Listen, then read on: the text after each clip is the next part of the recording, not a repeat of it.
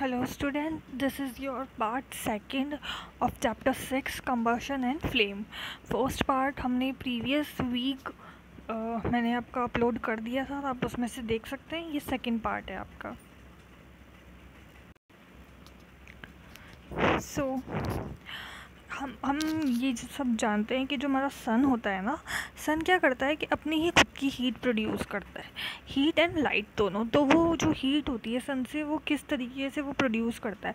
तो जो सन होता है ना, उसके अंदर क्या होता है, न्यूक्लियर रिएक्शंस होती हैं काफ़ी सारी। तो उन न्यूक्लियर रिएक्शन जब होती है ना, तो उनकी वजह से क्या है कि हीट भी प्रोड्यूस होगी और लाइट भी प्रोड्यूस होगी। ठीक है।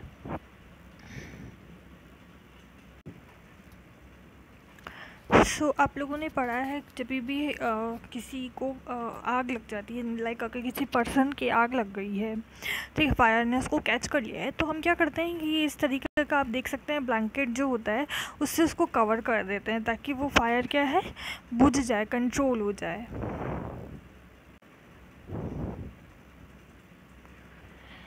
जो हमारी मैच स्टिक होती है ना, वो मैच स्टिक भी हमारी कभी भी खुद से बर्न नहीं होती है। ठीक है, उसको भी कुछ ना कुछ हम फोर्स, कुछ भी हम वर्क करते हैं जिसकी वजह से वो मैच स्टिक बर्न होती है। ठीक है। अगर हमने ये भी देखा है कि हम ये जो पेपर होता है, अगर हम पीस ऑफ पेपर है वो उसको अगर हम उसके पास में अगर मैच स्टिक लेके जाएंगे तो वो अपने आप बर्न हो जाता है, नहीं होता है जब तक कि हम उसको मैच स्टिक को पूरा उससे टच नहीं कर दें। ठीक है, पास ले जाने से जो पेपर का पीस होगा ना वो बर्न नहीं होगा। उसी तरीके से जो अगर हमारी वुड होती है, अगर हम लकड़ी के पास अगर हम मैच स्टिक लेके जाएंगे जलती हुई, तो वो जो वुड होगा वो भी आग नहीं पकड़ेगा। एंड जो हमारा केरोसिन होता है, केरोसिन ऑयल, और जो हमारा पेपर होता है ना, उसी को हम यूज़ करते हैं, किसको, वुड एंड कोल जो हमारा होता है उसको जलाने के लिए। ठीक है। अभी हमने जितने भी ऊपर एक्सपेरिमेंट पढ़े हैं पेपर के, मैच स्टिक के, है ना, तो वो उन सब का रिज़ल्ट क्या निकला है, मतलब ऑब्जर्वेशन क्यों की गई है, ये बताने के लिए कि हर एक सब्सटेंस जो होता है ना, अलग अलग सब्सटेंस जो होते हैं ना, उनके अलग अलग टेम्परेचर्स होते हैं। ठीक है। जितने भी अलग अलग सब्सटेंस होंगे उनके अलग अलग टेम्परेचर्स होंगे। The lowest temperature at which substance catch fire is called its ignition temperature. जितना लोवेस्ट टेम्परेचर जो है किसी भी सब्सटेंस का, जिस पे क्या है कि वो आग को पकड़ लेता है, आग उसमें लग जाती है, तो उस टेम्परेचर को हम क्या कहते हैं, इग्निशन टेम्परेचर कहते हैं। इग्निशन का मतलब होता है उसका जो ज्वलन जो होता है ना, ज्वलन टेम्परेचर, जिस पे कि वो आग को कैच कर ले, फायर कैच कर ले। आपने देखा ही है कि जो हमारी मैच स्टिक होती है, माचिस जो होती है, वो ऑटोमेटिक अपने रूम टेम्परेचर पे कभी भी नहीं जलेगी। ठीक है, उसको बर्न करने के लिए हमें क्या करना पड़ता है, रब करना पड़ता है। जो मैच बॉक्स होता है उस पर रब करना पड़ता है। ठीक है, तो उसी की वजह से क्या होता है कि उसमें आग लगती है, कभी भी रूम टेम्परेचर पे नहीं लगती है। नाउ आपको यहाँ पे थोड़ा सा मैच स्टिक के बारे में बता रखा है। The history of the matchstick is very old. More than 5,000 years ago, small pieces of pine wood dipped in sulfur were used as matchstick in ancient Egypt. ठीक है, तो जो 5,000 साल थे ना, उससे भी पुराने टाइम से लोग क्या है, मैच स्टिक का यूज़ लेते हैं, मतलब different time, ancient Egypt time के अंदर उस टाइम पे क्या होता था, सल्फ़र का यूज़ होता था मैच स्टिक के लिए। The modern safe match stick was developed only about 200 year. जो हम सेफ मैचेस जो है हमारी, जो हम यूज़ करते हैं ना, उसको डेवलप हुए हुए सिर्फ 200 साल ही हुए हैं। A mixture of antimony, trisulfide, potassium chloride and white phosphorus was with some glue and starch was applied on the head of the match made of a suitable wood. ठीक है, तो पहले क्या होता था कि ये जो एंटीमनी होती थी, ट्राइसल्फाइड हो गया, पोटेशियम क्लोराइड हो गया एंड वाइट फॉस्फोरस हो गया, इन सब केमिकल्स का क्या यूज़ किया जाता था मैच स्टिक के लिए बनाने के लिए। उनको क्या करते थे, ग्लू या स्टार्च में मिक्स करके किसी भी जो वुड होती है ना उसके ऊपर लगा देते थे। और फिर जब उसको किसी भी रब किया जाता था रफ सरफेस पे, तो वो क्या है कि वो माचिस क्या है फ्रिक्शन की वजह से क्या है, मतलब फ्रिक्शन जो होता था ना उसको, तो उसकी वजह से क्या है वो जलने लग जाती थी। लेकिन हम ये जो फास्फोरस यूज़ करते थे ना पहले, वाइट फास्फोरस, ये क्या डेंजरस होता था काफ़ी, तो इसकी जगह हमने क्या करा, इसको रिमूव कर, बहुत ज़्यादा डेंजरस होता था, चाहे वर्कर्स हो और जो भी मैन्युफैक्चर करते हैं उन सबके लिए बहुत ज़्यादा डेंजरस होता था ये। तो क्या है कि अभी के टाइम में क्या है, सेफ्टी के लिए इन्होंने सिर्फ एंटीमनी और ट्राइसल्फाइड एंड पोटेशियम क्लोराइड का ही यूज़ करते हैं। ठीक है, तो इसको क्या किस पे रब किया जाता है कि एक पाउडर्ड ग्लास का एक सरफेस होता है, मैच बॉक्स पे आपने देखा होगा रेड कलर का जो सरफेस होता है जिस पे मैच स्टिक को रब करते हैं, उस पर क्या होता है थोड़ा सा क्या है रेड फॉस्फोरस लगा हुआ होता है, जिससे हम उसको फ्रिक्शन की वजह से जो मैच स्टिक होती है ना हमारी, वो जलने लग जाती है।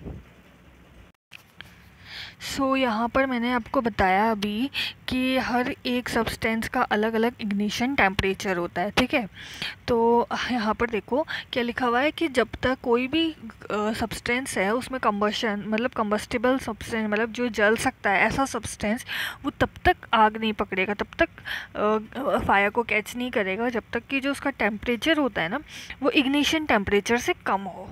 ठीक है, ये जो इसका इग्निशन टेम्परेचर है, ठीक है, लाइक हमने पढ़ा है कि जो वाटर होता है वो 100 डिग्री सेल्सियस पे बॉईल होना स्टार्ट होता है। अब 100 डिग्री से नीचे मतलब 90 हो गया, 80 हो गया, उस टेम्परेचर पे हमारा वाटर है वो बॉईल नहीं होगा। तो उसी तरीके से जब तक कि किसी भी सब्सटेंस का जो इग्निशन टेम्परेचर होता है ना, तब वो इग्निशन टेम्परेचर उसको मिल नहीं जाता है ना, तब तक कि वो सब्सटेंस क्या होगा, बर्न नहीं होगा।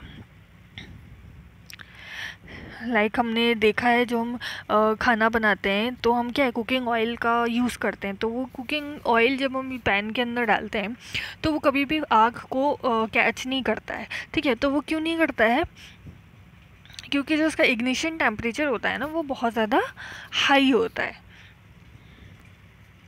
Kerosene oil and wood do not catch fire on their own at room temperature।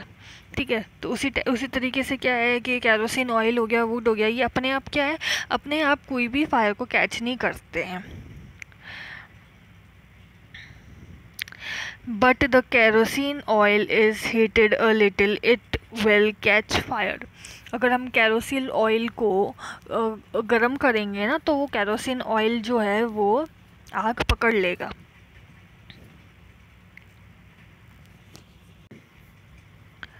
But अगर हम वुड को थोड़ा सा हीट करेंगे ना तो वो फिर भी क्या है फायर को कैच नहीं करती है। ठीक है, तो इसका मतलब क्या होता है कि जो कैरोसिन ऑयल होता है ना, इसका जो टेम्परेचर होता है ना, इग्निशन टेम्परेचर, वो वुड से कम होता है।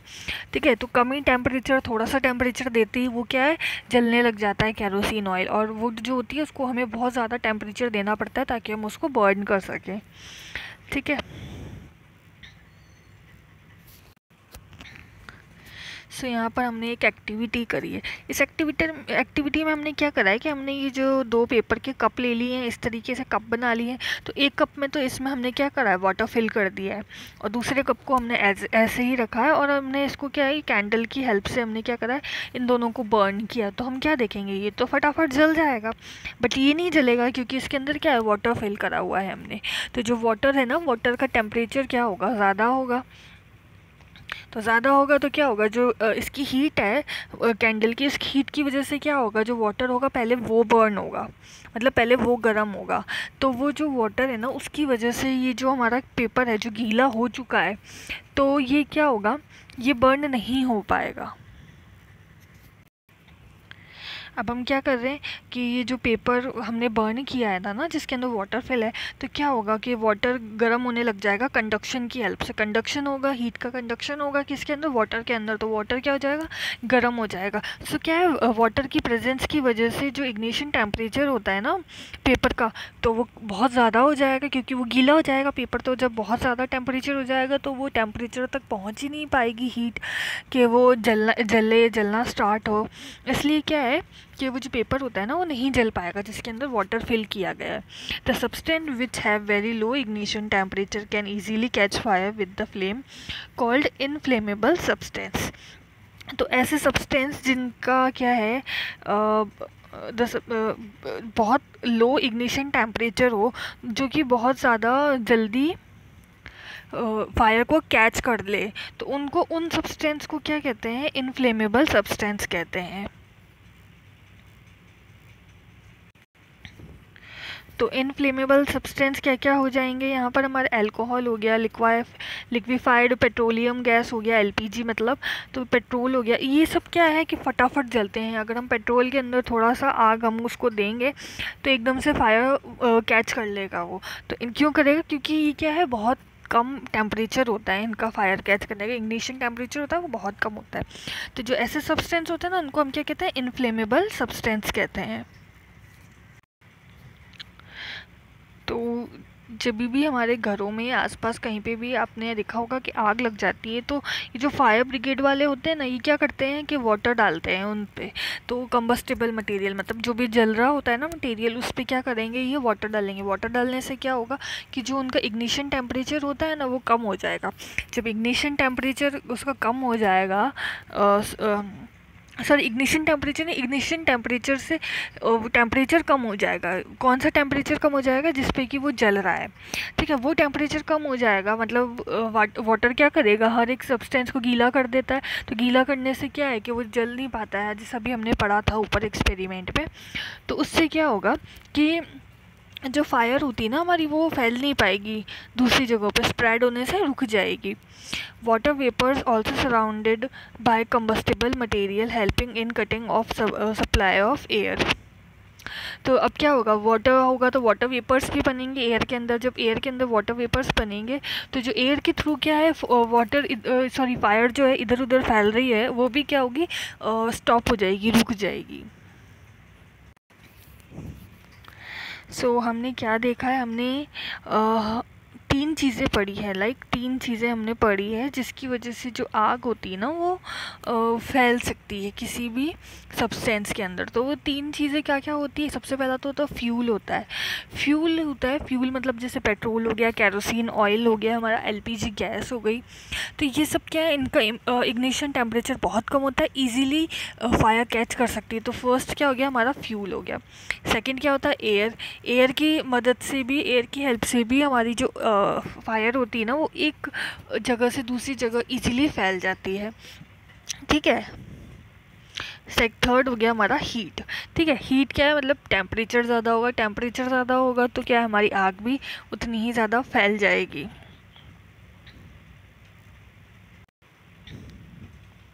तो हम क्या करेंगे, जब भी आग लगती है तो हम इन तीनों चीज़ों में से हम क्या करेंगे कि इन्हीं को कंट्रोल करने की कोशिश करते हैं, ठीक है। तो इसकी वजह से क्या होता है कि जो हम आग है उसको हम फैलने से, स्प्रेड होने से रोक सकते हैं। तो fire can be controlled by removing one of more of these requirement, मतलब इन तीनों में से या फिर इन तीनों को रिमूव करने से हमारा फायर क्या कंट्रोल में आ सकता है। तो ये जो फायर एक्सटिंग्विशर्स होते हैं ना, जो फायर मतलब जो फायर ब्रिगेड वाले होते हैं जो कंट्रोल करते हैं फायर को, वो यही देखते हैं सबसे पहले कि किसकी थ्रू, किसकी मदद से, किसकी हेल्प से क्या है कि फायर जो है वो बढ़ रही है, तो उसको हम किस तरीके से उसको कंट्रोल करें।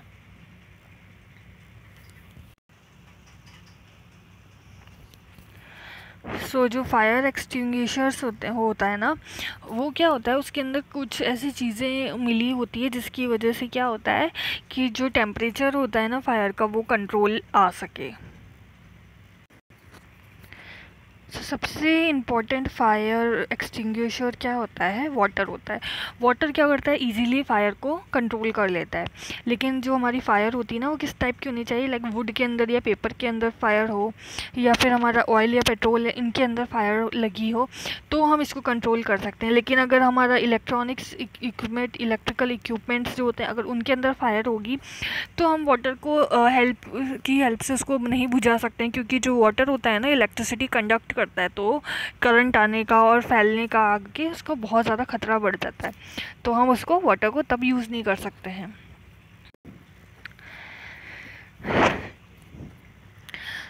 जो फायर होती है, अगर वो इलेक्ट्रिकल इक्विपमेंट में लगी है, फिर किसी भी इनफ्लेमेबल मटेरियल्स में लगी है, लाइक पेट्रोल हो गया, पेट्रोल हो गया, तो इन चीज़ों के अगर हमको इनमें फायर का कंट्रोल करना है तो कैसे करेंगे? कार्बन डाइऑक्साइड की हेल्प से।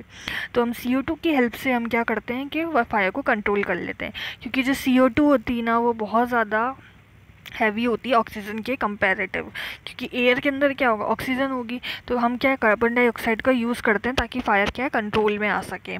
ठीक है, तो ये जो कांटेक्ट रहता है फ्यूल का एंड ऑक्सीजन का, ये क्या हो जाता है? CO2 की वजह से क्या होगा? ब्रेक हो जाता है।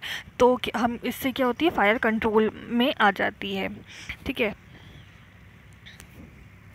तो इससे क्या होगा कि जो CO2 होती है ना, इसकी वजह से क्या होता है कि जो हमारे इलेक्ट्रिकल इक्विपमेंट होते हैं ना, उनको भी हार्म नहीं पहुंचता है, वो भी डैमेज नहीं होते हैं। सो ये जो CO2 होती है ना हमारी, ये क्या है? सिलेंडर्स के अंदर हाई प्रेशर पे एज अ लिक्विड जो CO2 होती है ना, वो सिलेंडर्स के अंदर हमारे क्या है कि स्टोर करके रखते हैं।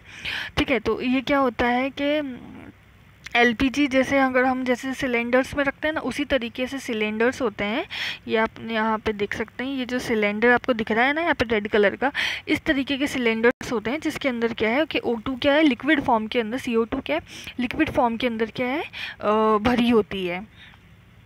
जब हम इस सिलेंडर को मतलब जो CO2 रिलीज़ होती है ना, जब हम कहीं पे आग लग जाती है, तो उससे क्या होता है कि ये जो वॉल्यूम होता है ना, वो मतलब जो CO2 होती है ना, ये पूरे रूम के अंदर या जहाँ पे भी आग लग रही है वहाँ फैल जाती है और उसको ठंडा कर देती है। ठीक है, जिससे क्या होता है कि जो फ्यूल होता है ना, मतलब जो चीज़ें जल रही होती है, उनका टेम्परेचर क्या है? कम हो जाता है, वो ठंडी हो जाती हैं। ठीक है, तो CO2 क्या है?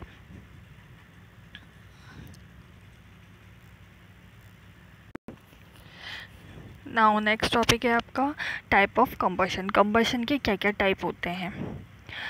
So we find that the gas burn rapidly and produce heat and light such as combustion is known as rapid combustion. ठीक है, सो जो हम गैस को यूज़ करते हैं, तो गैस क्या है कि इंस्टेंट हीट को और लाइट को प्रोड्यूस करती है। ठीक है, तो ये जो कंबशन होता है ना, इसको हम रैपिड कंबशन कहते हैं, क्योंकि बहुत जल्दी, रैपिड का मतलब बहुत जल्दी कंबस्ट हो जाता है वो सब्सटेंस, वो गैस। आपने फास्फोरस के बारे में भी पढ़ा था। फास्फोरस क्या होता है कि जो एयर रूम टेम्परेचर होता है ना, उसी के अंदर, एयर के अंदर ही बर्न होने लग जाती है, मतलब रूम टेम्परेचर के अंदर ही।